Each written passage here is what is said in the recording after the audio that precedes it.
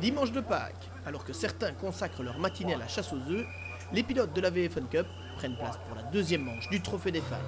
Le soleil est de la partie et c'est logiquement la numéro 277 de Bologne-Mondron-Capras, lauréate la veille, qui se place en pole position. Même s'il fait froid, le soleil est cette fois totalement de la partie au moment où s'élance le peloton pour plus de 3 heures de ronde.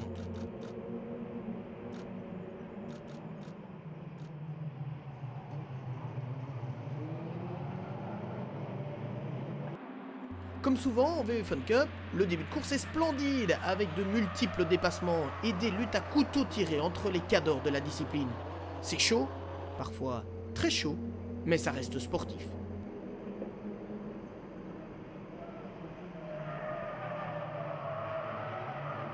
En plus des animateurs de la veille, on retrouve aux avant-postes Claudio Capelli. Mais l'Italien ne peut suivre le rythme de Manu Nava, Kevin Balthazar et Guillaume Mondron, un tiercé qui s'échappe en tête de la course. Au terme de la première fenêtre de ravitaillement, c'est une fois encore le clan Allure Team qui a le mieux négocié ce moment crucial de la course. Quand il ressort des stands, Cédric Bologne compte en effet plus de 15 secondes d'avance. La messe est déjà dite. Malgré tous leurs efforts, Manu Nava et Stéphane Charlier ne pourront jamais compenser en piste le temps perdu dans la pit lane. Alors qu'ils pensent rouler vers la troisième position, Arnaud Quédé, Stéphane Perrin et Didier Van Dalen s'arrêtent à la chicane à 5 minutes du drapeau damier à cause d'une panne d'essence. Ils se classeront 10e. La 9e place de cette deuxième course revient à l'équipe Jack Motors by MTE de Jasper Smulens et Henri Defraon. Ce trio se place derrière les Italiens, Capelli, Zorza et Sordini, à nouveau dans le top 10. Pas épargnés par les ennuis le samedi, les champions en titre du Colson Racing ont de nouveau rencontré des problèmes au moment de se placer sur la grille de départ. Parti dernier, Philippe Crosset et Sébastien Jacquemin sont remontés à la 7e place. 5e le samedi, la voiture numéro 55 de Poison Ivy Forêt termine cette fois au 6e rang, avec Debru, Van Kutsen et Van der Zijl au volant. Le top 5 de cette seconde course est complété par l'équipe AC Motorsport 2. Après leur 8e place du samedi, Sébastien Rion, Alix Fréture et Hervé Meillen ont prouvé qu'il faudra aussi compter avec eux cette année. Comme la veille, l'équipe Socarden de Nivarlet, Balthazar et Martin prend la 4e place lors de cette seconde course. Ce qui veut dire que l'on retrouve sur le podium les 3 mêmes équipages que lors de la première confrontation, mais pas tout à fait dans le même ordre.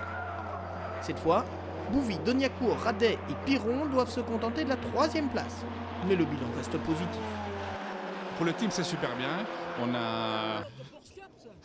On a gagné hier avec la 277, aujourd'hui 2e place et 3e place avec la 274. Donc voilà, on n'aurait pas pu espérer mieux, on est content. Grands animateurs de ce Trophée des Fagnes, Manu Nava et Stéphane Charlier s'affirment comme des candidats au titre après avoir marqué les points de la 2e position. Ça a été vraiment une course magique. La 277 était difficilement accessible. Donc pour le reste, on a bien géré. On était très vite en piste, très vite le temps autour, meilleur temps au warm-up. Enfin vraiment, on a fait un carton plein à part. On aurait pu faire une place de plus, ce sera pour la prochaine. Mais pour la victoire, il n'y en a eu que pour l'équipe Allure Team 2.